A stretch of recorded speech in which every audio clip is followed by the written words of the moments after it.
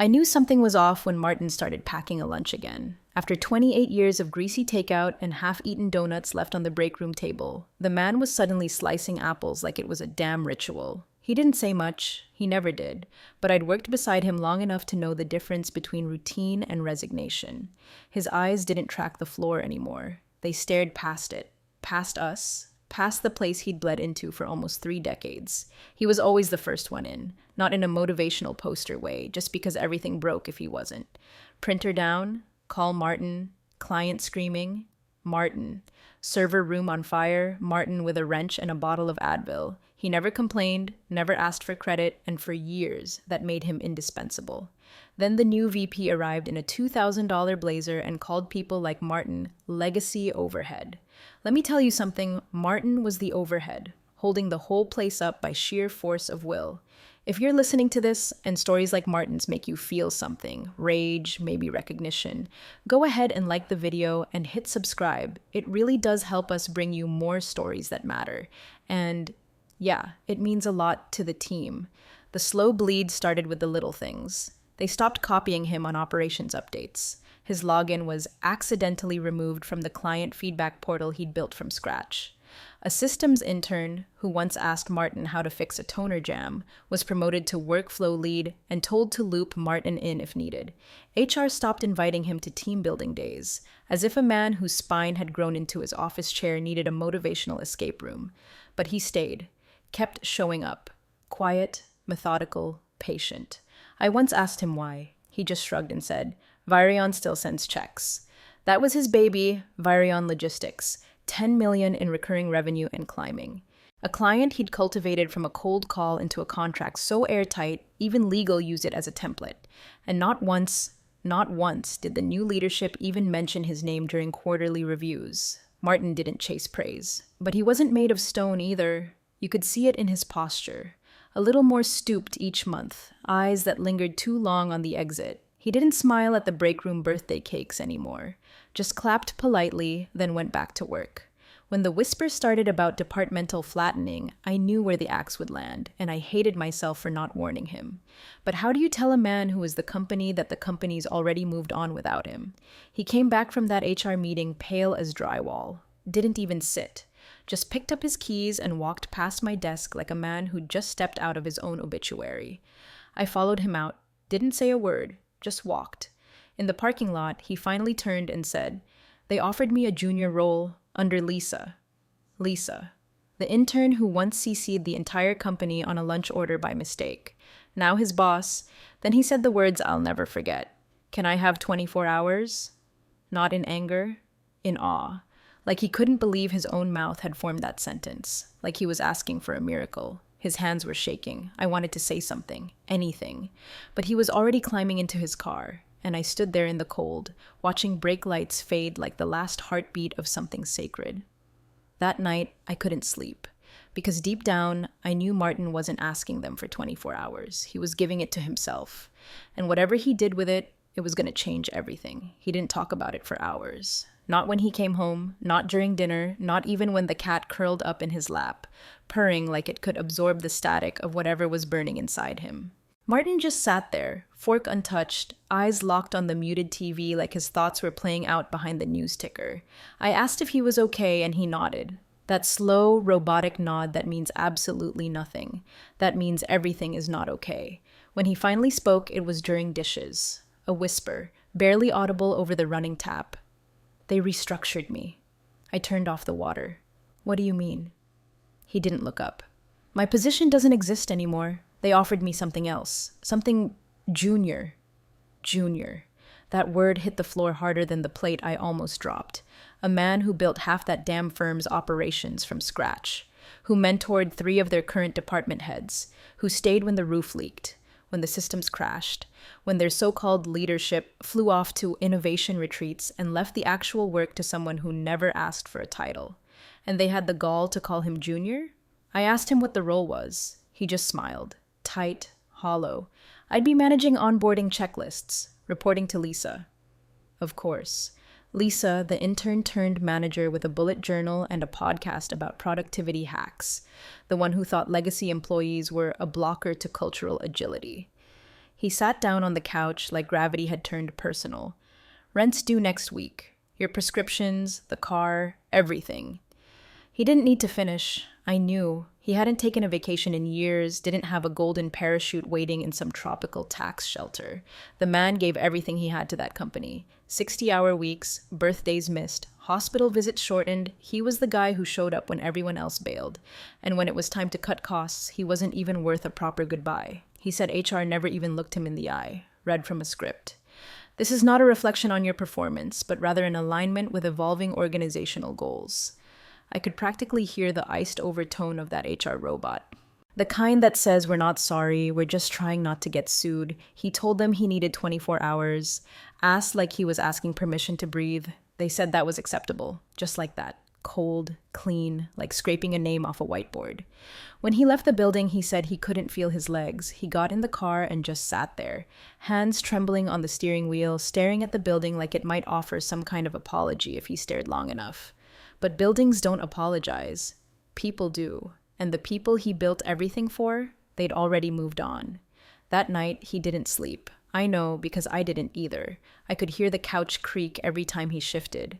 Could feel the tension in the air like a storm was gathering between the drywall. I wanted to rage for him, to send a letter, storm the office, scream his worth at the VP who probably wore loafers that cost more than Martin's monthly grocery bill. But Martin didn't want rage. He wanted dignity, control, one last chance to write his own ending. And something in his voice, low, steady, like a fuse that hadn't quite caught yet, told me that 24 hours wasn't just a grace period. It was a warning. He told me later it wasn't a decision. It was instinct, reflex, like his soul reached for the one place that had ever treated him like more than a utility. He didn't cry, didn't scream, just sat there in the car with the engine off and the silence wrapped tight around him like a pressure suit. And then he pulled out his phone, scrolled through 3 decades of contacts, and tapped a name. Cassandra Virion. He said he stared at the screen for 3 full rings, thumb hovering over the red button. He nearly hung up. Then her voice came through, calm, low, clipped in that no-nonsense way he always respected. "This is Cass." He froze. Words stuck like rust. Then, "It's Martin." A pause. "Hey." Her tone softened like she already knew. "What's going on?" He took a breath. His voice cracked on the first word, but he pushed through. Told her everything, how HR didn't even say his name, how they offered him a junior role like a dog begging for scraps, how the new VP never once asked him about succession or transition plans, just handed him a pamphlet like that made it official. He told her about the rent, the bills, the pride he'd swallowed for months just to keep the wheels turning. And then he said the line that stuck with her. "I wasn't gonna call. I don't want to beg. But if there's anything you're looking at internally." Silence. Then a breath on the other end, followed by, "We've actually been thinking of shifting strategy. We're tired of outsourcing our ops blind. Our board's in town tomorrow." Martin didn't speak. She continued, "Let me be clear. This isn't a favor. We've been waiting for an excuse to move, and frankly, you're the reason we haven't already. So, meet us. 6 p.m., Manelli's. Come hungry." That was it. He said the call lasted less than 2 minutes. 2 minutes that rewired his entire nervous system. One moment, he was a man bleeding out quietly in a parking lot. The next, he was useful again. Not just needed, but wanted.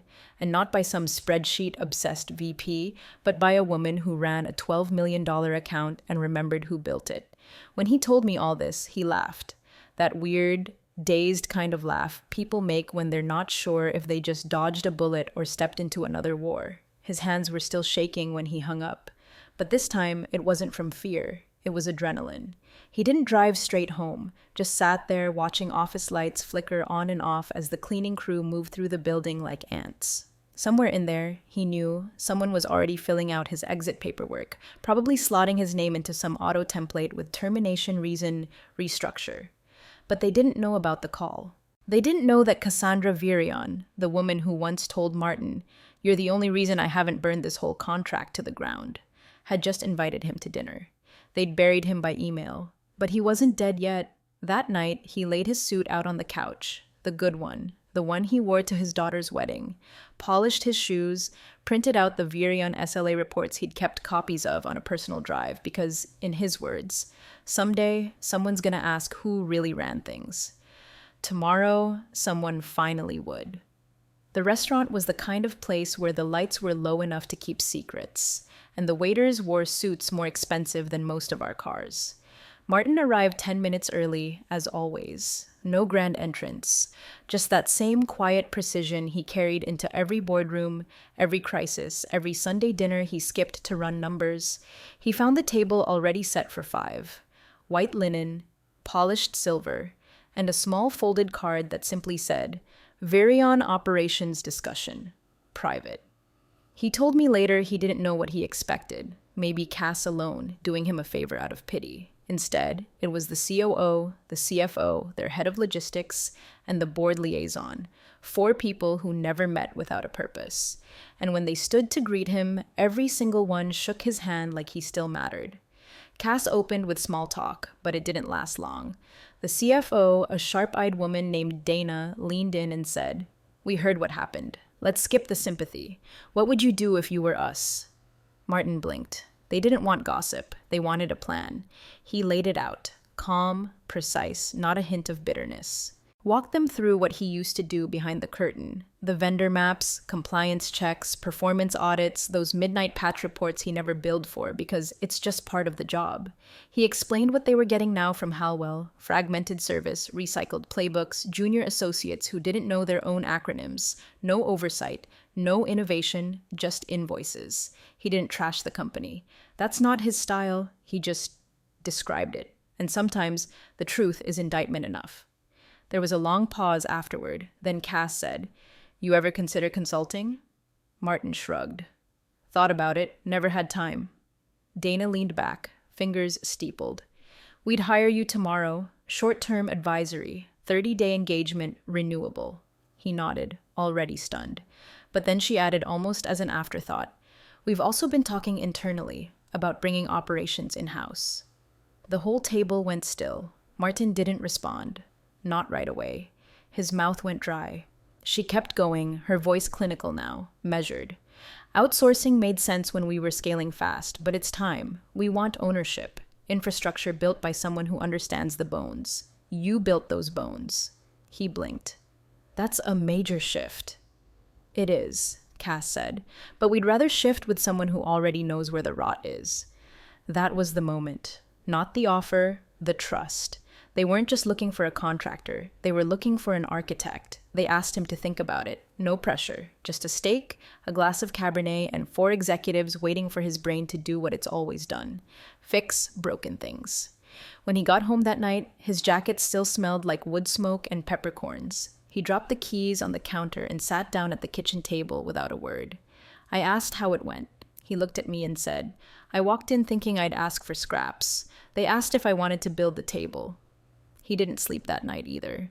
But not from fear, from movement, possibility. His fingers tapping out workflows on a napkin while I reheated leftover lasagna. Every so often, he'd whisper something like internal QA timelines, or we'd need to rewrite that vendor agreement from scratch. There was no anger in him anymore, just fire. The kind I hadn't seen in years. He stared at the contract like it might vanish if he blinked too hard. 6 pages, clean language, clear deliverables, no fluff, no condescension, no alignment with modern values, corporate sludge. Just, "We trust you to build it because you already did. We're just finally paying attention." The number alone, $210,000 for 6 months, made him go silent for a full minute. He wasn't a man who chased numbers. That's what made this sweeter. Because they could have offered him half and he'd have still signed. Not for the money, but for the permission. The blueprint they attached was his. His. The same proposal he'd pitched to Halwell's old leadership 5 years ago. End-to-end operations control, he'd called it. Vendor resilience, internal compliance, automated reporting. They'd nodded politely, told him it was ambitious, and shelved it like expired yogurt.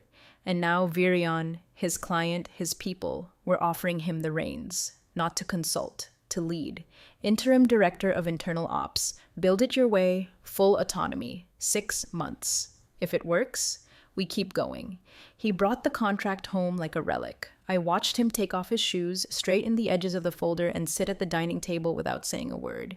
He laid the papers down like they were sacred. Then he looked at me and said, "They gave me back the thing I didn't know I'd lost." He signed it the next morning. Neat, controlled handwriting. No drama, no confetti. He scanned it, emailed it back, and whispered to himself, "It's real." But he didn't call Halwell, not HR, not the new VP, not the department head who replaced him on paper. Instead, he picked up his phone and called procurement, not theirs, ours. You see, Martin never burned bridges. He cataloged them, maintained them like old tools in the shed. And procurement?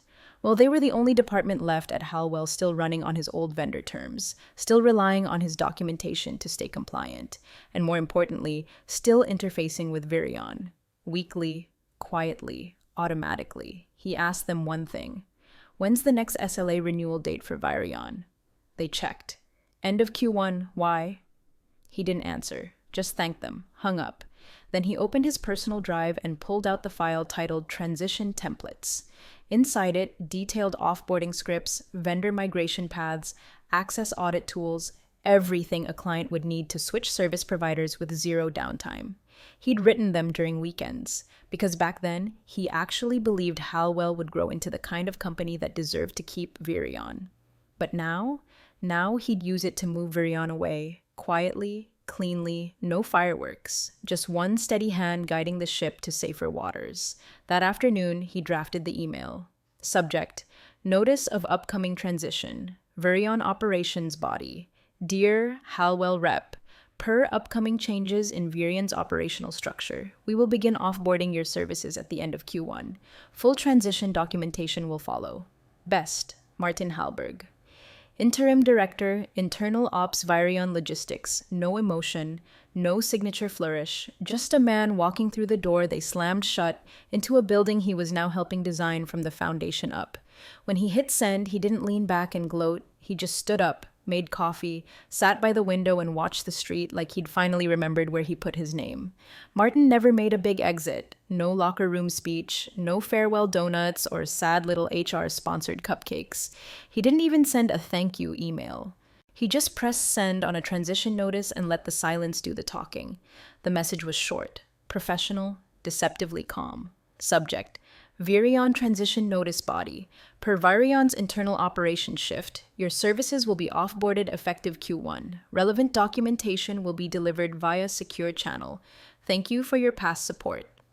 He didn't CC anyone at Halwell except the general delivery inbox. No escalation, no drama, just the first domino. It landed in the ops department around 9:12 a.m. The new account liaison, fresh out of grad school and still calling Martin sir, opened it first. She flagged it as urgent, then ran it to her director, who assumed it was a mistake. After all, no one had heard a thing. Virion was the biggest client on the books, a guaranteed $12 million line item. They were forecasting around it, basing bonuses on it. They were already sipping the champagne. By 9:27 a.m., the head of finance forwarded it to the new VP of Strategic Growth. And by 9:32, that smug, polished suit was standing in the middle of the floor, holding the email on his phone like it was an active grenade. "Where's Martin?" he asked. Someone whispered, "He hasn't been in since Monday." The VP's mouth twitched. "Get me the SLA file, the renewal schedule, the risk assessment logs." But that's when it all began to unravel, because no one had them. They weren't lost. They just weren't theirs. Martin had always been the touch point for Virion's entire infrastructure: contracts, risk ladders, performance metrics, incident triage. And because they never thought he'd leave, no one ever bothered to replicate his systems. They treated his thoroughness like background noise, useful, but not worth documenting. Now it was gone. Or, more accurately, redirected. It found out the shared drive he used for Virion access logs hadn't been updated since the day he walked out. Legal discovered his personal backup files had been voluntarily removed weeks before. HR realized too late that he'd never officially resigned. There was no paper trail, no exit checklist, nothing to revoke because nothing had been formally given. Halwell had fired a man without firing him, and now their second largest revenue stream was walking out the back door with him. At 10:14 a.m., the VP tried calling Virion. They didn't answer. At 10:32, he emailed them, received an auto reply. All client communications are being rerouted to our new internal operations team. Please contact Martin Halberg for further assistance. By 11 Onquois, panic turned to full-blown rot. He tried to spin it to the board later that week, called it a misalignment in expectations, blamed legacy relationship dependency, even implied that Virion had always been a fragile client and that this was an opportunity to pivot to more scalable verticals. But he couldn't spin numbers, and Virion's name was still on slide 3 of the quarterly forecast, highlighted in blue with a projected $12.4 million. One line. Gone. And the only person who could explain why wasn't in the building, wasn't answering calls, wasn't sending apologies. He was already inside Virion's new offices, sketching workflow charts on a whiteboard and sipping coffee with a view. When I asked Martin how it felt, he didn't gloat. He just looked out the window and said, "They always assumed I'd stay because I had nowhere else to go." He paused. "They never thought to ask what would happen if I built somewhere else instead." He didn't tell me he was going back, just put on his jacket, grabbed a flash drive from the drawer, and said he needed to pick something up. No bitterness in his tone, no fire in his eyes, just this strange stillness, like a man finally ready to clean out the last room in a house he no longer lived in. He parked in the back lot, took the stairs, not the elevator. The same route he'd taken every morning for 28 years, through the back hallway, past the flickering emergency light, through the door with the chipped paint that nobody ever fixed. That door had stuck for as long as he'd been there. He still knew exactly how much pressure to apply with his shoulder to pop it open without making a sound. The office looked smaller. Fluorescent lighting buzzed overhead. The new intern was in his old chair, hunched over a spreadsheet she didn't understand. Her desktop wallpaper was still the generic company logo. No shortcuts, no analytics tools, no client portals, just white space and confusion. Martin didn't interrupt, didn't correct. He just walked quietly to the storage room where he'd kept his archived files. Blue folders marked Virion Legacy. He'd asked to retrieve them in his offboarding form, and HR had approved it like they were doing him a favor. He found them exactly where he'd left them, stacked neatly, untouched. When he stepped back into the bullpen, a few people looked up, then looked down. Some whispered. One of the younger analysts offered a half-hearted, "Hey, man." Martin nodded once. No one asked why he was there. No one wanted to know. HR's door was cracked open. But the manager, the same one who'd handed him the restructure memo like she was passing out coupons, was staring at her screen like it held the secrets to the universe.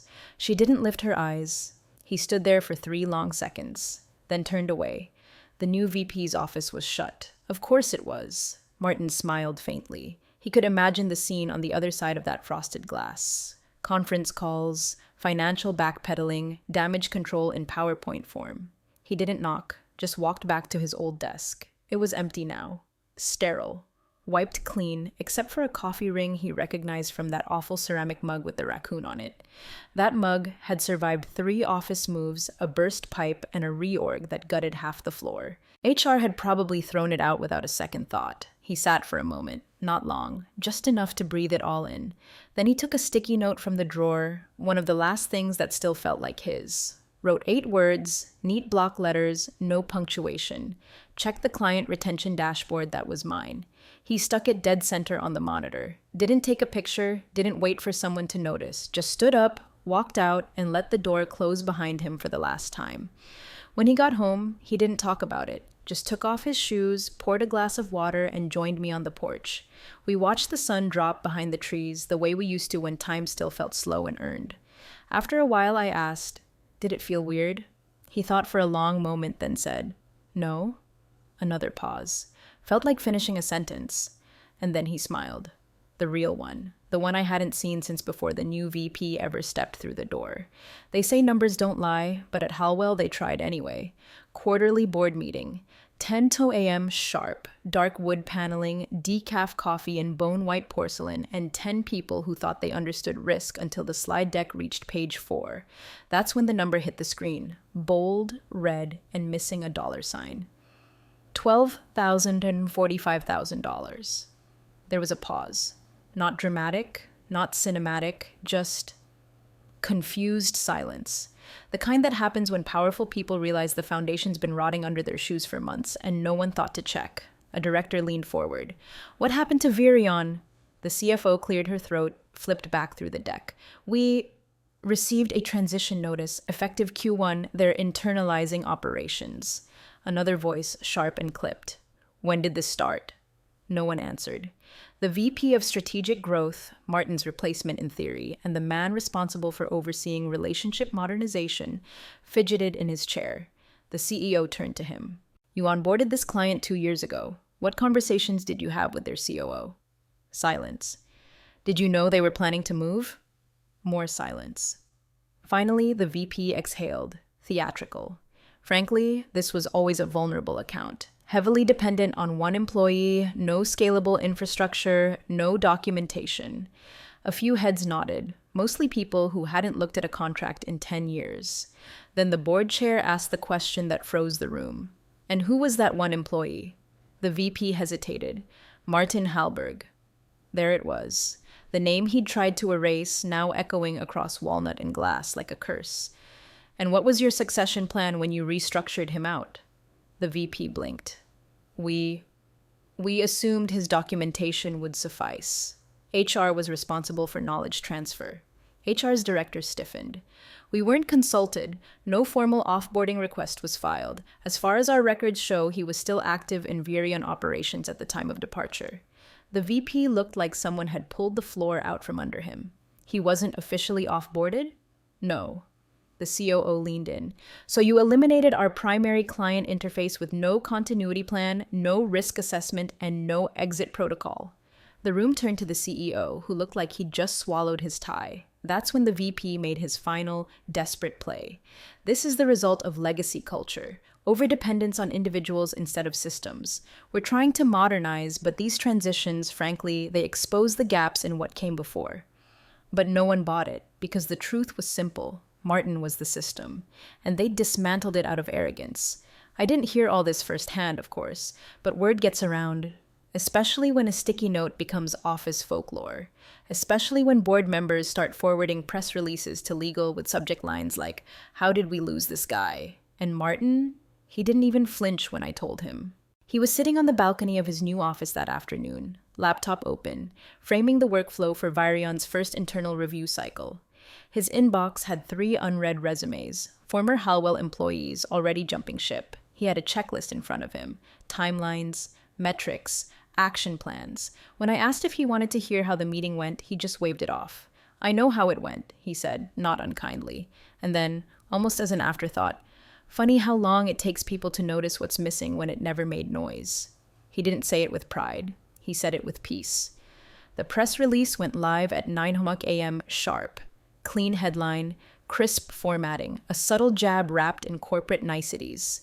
Virion Logistics appoints Martin Halberg as VP of Internal Strategy. Below it, a photo of Martin in that gray-blue blazer he never wore at Halwell because it felt too formal.